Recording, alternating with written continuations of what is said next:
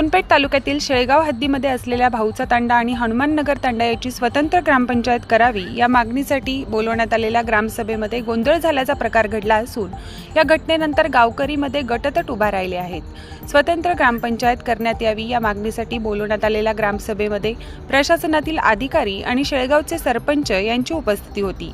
यावेळी स्वतंत्र ग्रामपंचायतला मंजुरी देण्यात यावी का हा मुद्दा घेऊन मतदान करण्यात आले। यावेळी या बैठकीला ग्रामसेवक राजाराम सोळंके, पंचायत समितीचे विस्तार अधिकारी रामराव इडोळे आणि सरपंच श्रीमती कोकाटे या देखील उपस्थित होत्या।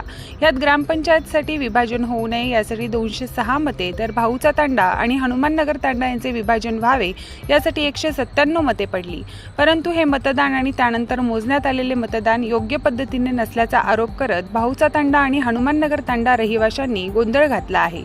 या बैठकीमध्ये सरपंचपती विलास कोकाटे हे ग्रामसेवकाच्या शेजारी का बसले असा प्रश्न देखील नागरिकांनी विचारला आहे आणि त्यामुळे गोंधळाच्या वातावरणातच ही ग्रामसभा संपन्न झाली। ग्रामसेवकांची आपण प्रतिक्रिया जाणून घेऊ। काय सर, अधिनियमाप्रमाणे काय विरोध होत आहे, याला कारण काय आणि काय आजचा ठराव काय झालेला आहे? अधिकाऱ्यांनी घेतलेली आम्ही विशेष ग्रामसभा आजची अधिकाऱ्यांप्रमाणेच घेतलेली, जी आर नुसारच घेतलेली आहे, त्याप्रमाणे सगळी प्रक्रिया झालेली आजची। तर स्वतंत्र ग्रामपंचायत देण्याला विरोध काय नेमकं? त्यांना लोकशाही मार्गाने त्यांचा हक्क मागत आहेत ते, आणि त्याला विरोध काय? जे 1000 मतदानाची जी लोकसंख्या आहे त्या गावाला पूर्णपणे असताना विरोध काय? नेमकं काय असं होणार आहे गावामध्ये आणि काय भवितव्य या गावाचं उज्ज्वल होणार त्या संदर्भात काय सांगा? 12 फेब्रुवारी 2004चा जो शासन निर्णय त्यामध्ये स्पष्ट दिलेलं आहे की जे गाव आपल्याला महसुली वेगळं करायचंय, स्वतंत्र करायचंय, त्या गावची लोकसंख्या ही कमीत कमी, आता हे विशेष असल्यामुळे तांडा असल्यामुळे 1000 पर्यंत बसते। 1000 असेल तर आपल्याला तांडा विभक्त करू शकतो गाववाले। पण या तांड्याची लोकसंख्या 844 आहे। तहसीलदार साहेब यांच्या पत्राच्या आधारे 844 आहे। तर त्या हिशोबाने आपण ते ह्याच्यात घेतलेले।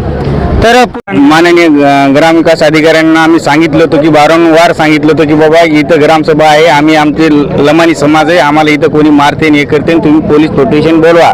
ते म्हणतात की तुम्हाला काही गरज नाही। विशेष सरपंचाला पण फोन करून सांगितलं की बाबा इथं पोलीस बंदोबस्त बोलवा आणि तुम्ही हे करा। नंतर दुसरी गोष्ट आहे की सरपंचानं जाहीर केला की हे सभा रद्द झाली आणि नंतर काउंटिंग कोणत्या पद्धतीने झाली? बरं, विरोध काय नेमकं? स्वतंत्र ग्रामपंचायत देण्यासाठी विरोध काय नेमकं काय असं आहे? हे जाणून बुजून द्यायचं नाही त्यांना। सरपंचानं काहीतरी खोके घेतले असेल ते असं वाटतंय मला की त्याच्यासाठी ते हे चालू आहे। मी आशिष मुंडेसह DLP न्यूज सोनपेठ। प्रतिनिधी आशिष मुंडेसह मी अबोली जोशी, DLP न्यूज सोनपेठ।